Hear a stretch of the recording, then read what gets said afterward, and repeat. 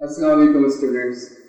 तो question series की ये थर्ड वीडियो 1998 नवंबर P2 के अंदर पेपर 2 के अंदर क्वेश्चन 6 का बी पार्ट यहाँ पे आस्क किया गया और इस बी पार्ट के अंदर कुछ पार्ट्स हैं उनको गो थ्रू करेंगे हम।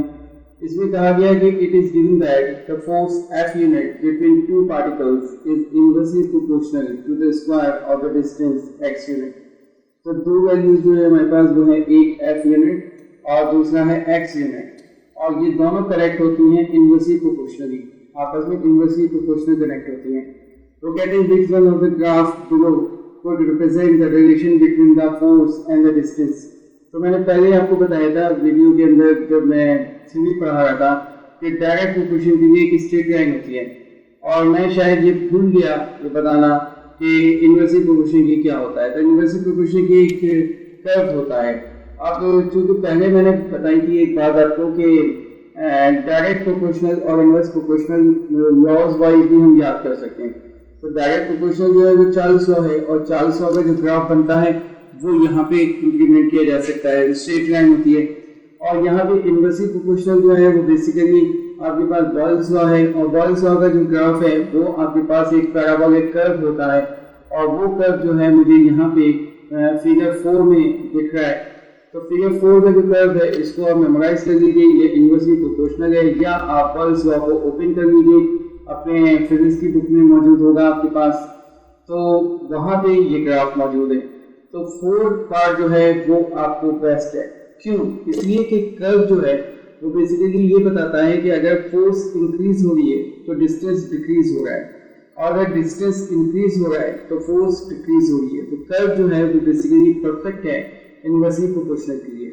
अब यहाँ पे दो कर्व दिए हुए हैं, एक डिक्लाइन और एक ट्रू दिया हुआ है। तो ये जो दूसरा थर्ड पार्ट जो दिया हुआ है आपको, ये किसी भी तौर से इनवर्सली प्रोपोर्शनल को शो नहीं कर रहा। क्लियर? अब आपके पास 4 पार्ट जो है वो बेस्ट है, तो ये पार्ट जो है इनवर्सली प्रोपोर्शनल के रखें, और इसका जो आंसर होगा वो 4th होगा। ओके, और इसमें कुछ नहीं है। तो वो कहते हैं what happened to the force when the distance between the two particles is double। तो इस क्वेश्चन को करने से बेहतर ये है पहले हम इस इक्वेशन को कनेक्ट कर लें, और इस इक्वेशन को जब हम कनेक्ट कर लेंगे f और x को इनवर्सली प्रोपोर्शनल के साथ, तो हम ये जो सेकंड पार्ट है इसको बेहतर तौर से कर सकते हैं। बीइंग अ टीचर तो मैं यहाँ पे आंसर लिख सकता हूँ, बीइंग अ टीचर यहाँ पे आंसर लिखना मैटर नहीं है। मेरे कराने के बाद हर स्टूडेंट पेपर के अंदर डिलीवर कर सके, और ये CAI का पार्ट है, और CAI आस्क करता है क्वेश्चन। तो यहाँ आपने देखा होगा पास्ट ईयर्स जब हम करेंगे तो भी आपको पता चल जाएगा, चाहे वो फिजिक्स हो, केमिस्ट्री हो, मैथ्स हो, एड मैथ्स हो, कंप्यूटर हो, बायोलॉजी हो, रेपिटेशन कम होती है। रेपिटेशन सिर्फ 10 to 20% हो सकते हैं, और हम कहते हैं वो भी ना हो, बेहतर वो हो सकता है वो भी ना हो।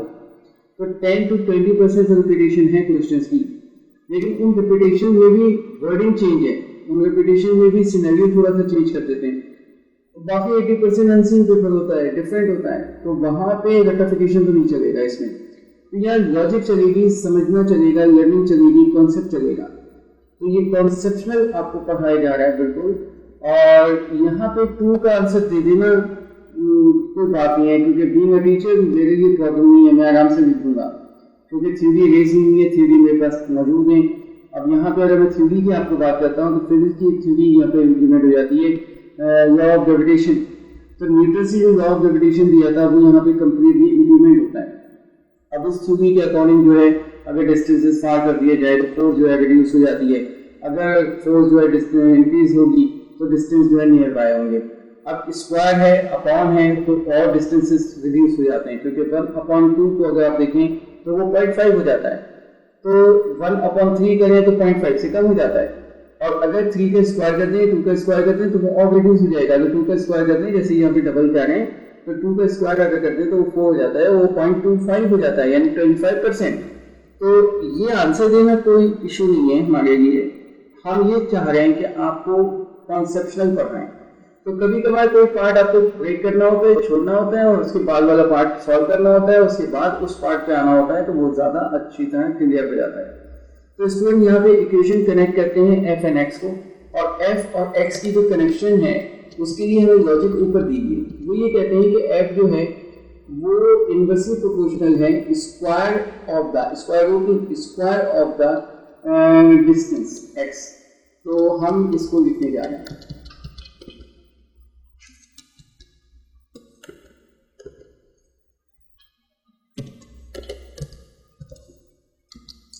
साइन ऑफ प्रोपोर्शनलिटी वही रहेगा और अब हम 1 करके लिखेंगे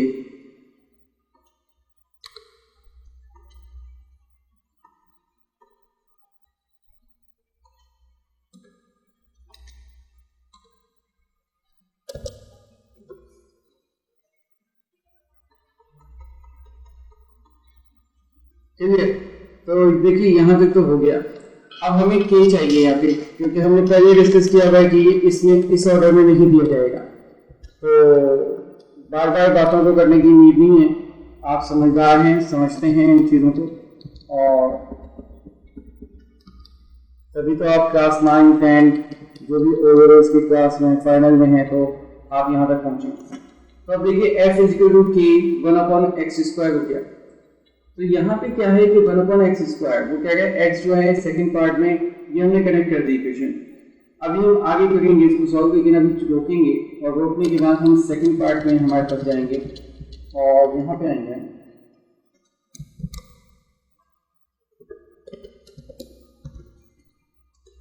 ठीक है, इस सेकंड पार्ट में कहते हैं what happened to the force when the distance between the two particles is double. तो डिस्टेंस को अगर मैं डबल करता हूँ, यानी x के ऊपर x में 2 रखता हूँ, 1 था 2 रख दिया, 2 to the 4 हो गया, 1/4 हो गया। तो ये देखिए 1/4 टाइम्स जो है आपके पास डिक्रीज हो रहा है। तो होता क्या है कि हम इसको इस तरह से लिख सकते हैं, अब एक्सप्लेन कर सकते हैं कि हमें पता है कि x डिक्रीज हो रहा है, फोर्स इंक्रीज हो रही है। तो हम ये कहते हैं इफ डिस्टेंस इज डबल,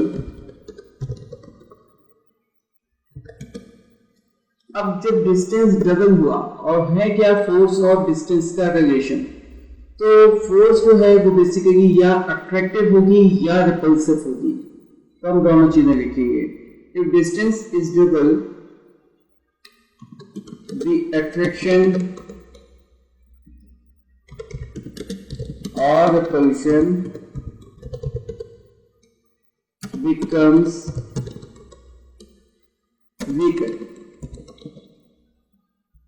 ठीक है, तो जैसे जैसे डिस्टेंस को हम डबल कर रहे हैं तो अपॉन में है, तो फोर्स जो है वो भी वीकर हो जाएगी।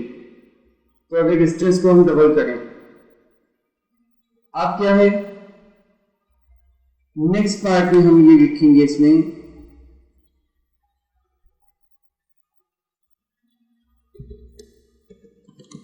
डिक्रीजिंग कितने times, decreasing to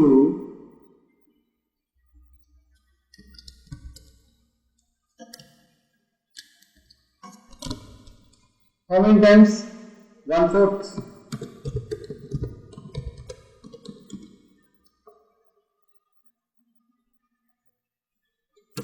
of the original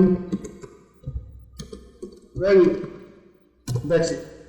ये आप स्टेटमेंट लिख देंगे तो आपका काम कंप्लीट हो गया।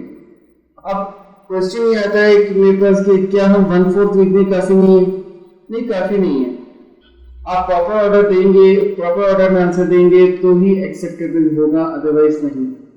स्टूडेंट पार्ट 3 की तरफ हम चलते हैं और इसमें वो क्या कहते हैं कि given that f equal to 4 when x equal to 3, तो इक्वेशन को कनेक्ट कीजिए fnx में। तो बात यह है कि इक्वेशन को मैंने कनेक्ट कर दिया fnx में, और इसके बाद मैं क्या करता हूँ कि आगे चलता हूँ और वो कहते हैं the value of f when x equal to 10। तो फिर वही बात है कि यहाँ पे हम k की वैल्यू फाइंड कर सकते हैं इसी इक्वेशन में।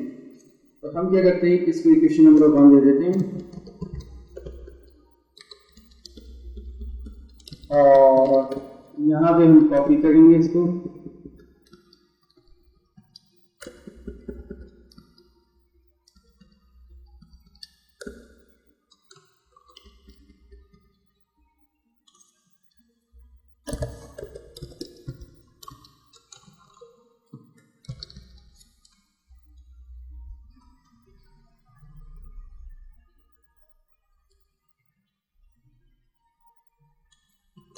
finding first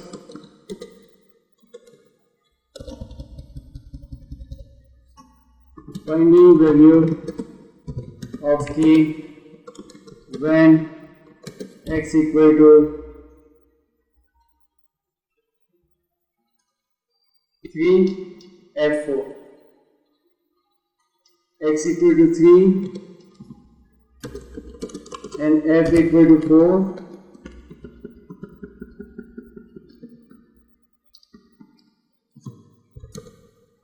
using equation 1 और इक्वेशन 1 देगा, तो इक्वेशन 1 में 4 लिख देंगे, यहाँ पे 4 आ गया और x की जगह पे हम लिख देंगे क्या 3, 3 तो 9 हो गया। तो यहाँ पे k की वैल्यू क्या आई, k equal to 4 into 9, 4 into 9 that is equal to 9 4 का 36। तो देखिए k की वैल्यू 36 आ गई। अच्छा एक बात ये देखिएगा, कभी भी एक लाइन के अंदर दो इक्वलिटी नहीं आती, ये बहुत इंपॉर्टेंट है, ठीक है। अब k 36 हो गया, हम कहेंगे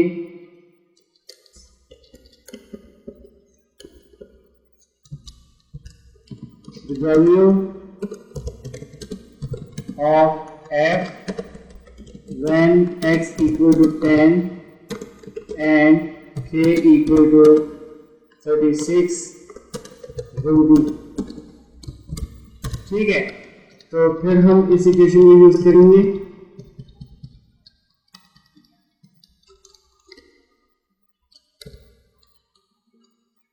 और इस इक्वेशन में x की वैल्यू लिख देंगे हम 10, जो कि आपके पास 10 10 का 100 हो जाएगा, k की वैल्यू लिख देंगे 36। तो f जो है बेसिकली क्या आ गया 36 अपॉन 100, और 36 अपॉन 100 को सॉल्व करने के लिए जब आप जाएंगे, जब आप इसको सॉल्व करने के लिए जाएंगे तो आपके पास आ जाएगा, इसको आप सॉल्व करेंगे, एक ही टेबल से मल्टीपल हो रहा है, 100 भी 2 में आता है, 36 भी 2 में आता है, तो 218 का 36, 250 का 100, तो फर्स्ट ऑफ ऑल तो ये हो गया 218 का 36,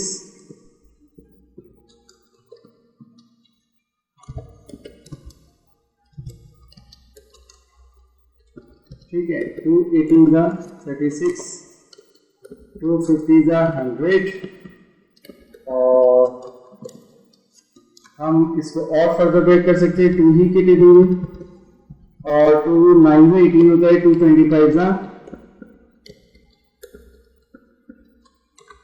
225 का 50 होता है, 2 9 का 18 होता है। इसलिए ये इजी था, इतना मुश्किल नहीं था। 9/25 हमारे पास आंसर आ जाता है, और हमारे पास ये कंप्लीट हो जाता है यहाँ पे।